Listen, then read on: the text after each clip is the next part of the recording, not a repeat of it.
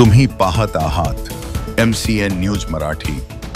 गुरुवारी संध्याकाळी अकोल्यात काँग्रेसचा कॅन्डल मार्च निघाला। घोषणा झाल्या, मतदान चोर, खुर्ची सोड। पण जनतेच्या मनात प्रश्न, या मेणबत्त्या खरंच लोकशाहीसाठी पेटल्या आहेत की पुढच्या निवडणुकीत खुर्चीसाठी?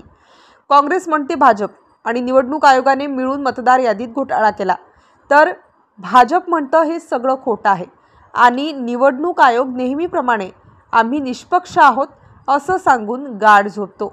काँग्रेस सत्तेत असताना निवडणूक सुधारणेचं नावही घेतलं नाही। भाजप सत्तेत आहे पण सुधारणा सोडून सत्ता बचावात गुंतलेली आहे। दोन्ही पक्ष लोकशाहीचं गाणं गातात, पण प्रत्यक्षात जनतेला 5 वर्षात एकदाच मतदानाची संधी देतात, तीही कधी कधी योग्य यादीत नाव असेल तरच।